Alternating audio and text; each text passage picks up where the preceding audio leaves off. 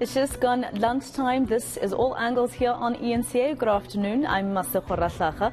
It is that time of the day when we give you an update on how far many of the stories we've been following for you here on channels today have advanced. Here's your lunchtime update. Our reporters are out and about bringing you the latest on today's top stories. I am joined by Bafedile Moerana out in Madibeng in the northwest, and Siphamandla Goge is in Pretoria for us. All right, Bafedile, let me start with you. Of course, you are in Madibeng, a local municipality where residents there have taken to the streets over service delivery issues, including concerns about water supply challenges. I understand they're telling you that they haven't had water since the dawn of democracy. Certainly, Masakho, the frustrated and angry community having to say that enough is enough at this point in time.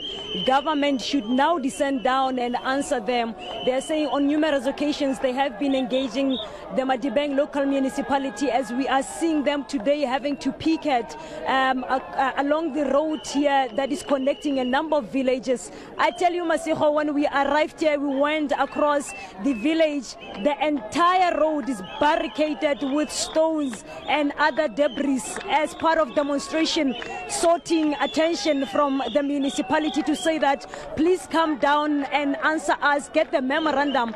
On August, they have submitted a memorandum of demands to the municipality, having to say that we want you to address issues of service delivery, in particular this issue of water, because since 1994 we've never had reliable supply of water from the municipality. At this point in time, we are still waiting for the representative from the municipality or the provincial government, as the leaders of the residents are told that the MEC for Public Works in the province will be descending down to receive that particular memorandum.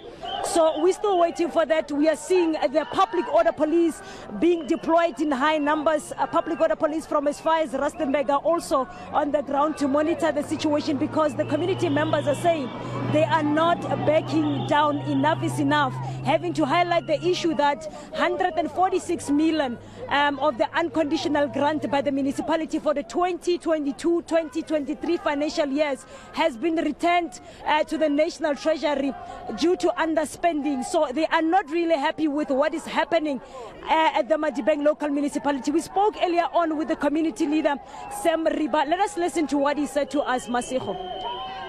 The issue here is financial mismanagement and malfeasance, to be honest with you, because we are getting budgets from the municipality, but we are not getting any services. But the municipality is saying they are going to give us boreholes. They are going to speak to the mines nearby the village, where they will negotiate for us to get the water, which is a borehole from boreholes. So now we are saying, but we have standpipes. We have water reticulation projects here in Gabalatani and the neighboring wards. But after the water reticulation project is been concluded, no water, taps are dry. Madibeng returned about 146 million to National Treasury. Now you ask yourself one question now: if the community needs services, but you are not going to utilize the budget allocated by national and provincial treasury to the municipality for services, to the extent that you return it back to national treasury. So we're feeling that the municipality is not respecting us. Right, let's bring it back to Gauteng, particularly in the capital. This is where we find Siphamandla Goge. You, of course, Sipa, in the High Court in Pretoria, where Prince Simakade's quest to dethrone the current AmaZulu king continues there. What's the king's legal team arguing so far?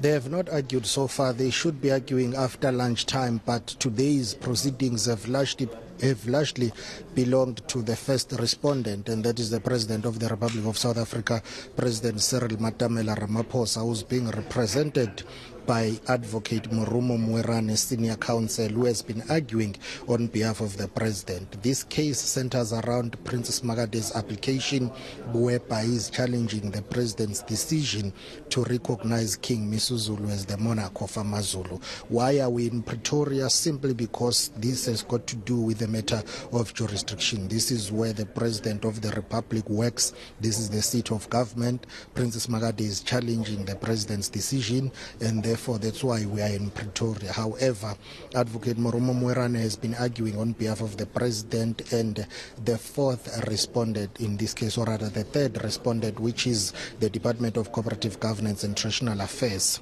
He is saying the President's decision to recognize King Misuzulu was a reasonable one. He followed all the legal requirements that are set out in terms of the Traditional Leadership Act, and he says the President had to wait for the family to undergo all the internal processes of identifying and nominating a successor to the late Silo. And there was a matter that was pending at the High Court in Pietermaritzburg, whereby there were 3 applications that were brought before the Pietermaritzburg High Court. They had to do with the late King's 2 daughters, the princesses from Kwaketo Mthandayo, who were challenging the late Silo's will, the validity of that will.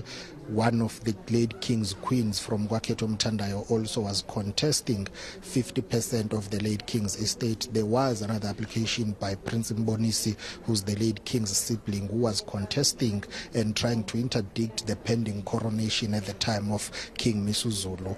Of course, now Advocate Moerana arguing that there were no basis for what Prince Mbonisi was arguing for. Even at this court case that is underway, Prince Mbonisi has joined Princess Simakade's application here because he wants a rerun of the entire process to go back to the royal family. Take a listen to Advocate Moerana arguing in court on behalf of the President.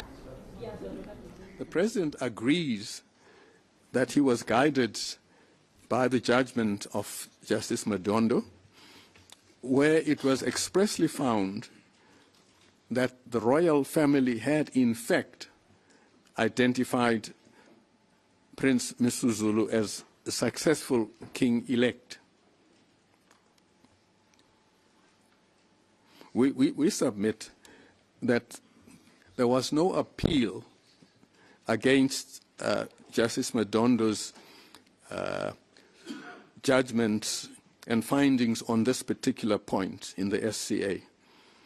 And we submit that it remains valid. Now, it's common cause that the judgment of Justice Madondo was handed down on the 2nd of March 2022, and that the impugned decision by the President was taken on the 16th of March 2022. It's also common cause that the applicant in the Prince Mbonisi matter under case 10879 served and filed a notice of application for leave to appeal in terms of Section 17 of the Superior Courts Act on the 17th of March. In other words, a day after the decision had been made. And Sipa, we've heard that Prince Simakade's argument is also that he says he's the firstborn son, and therefore it would make sense for him to take the throne. What else is he arguing?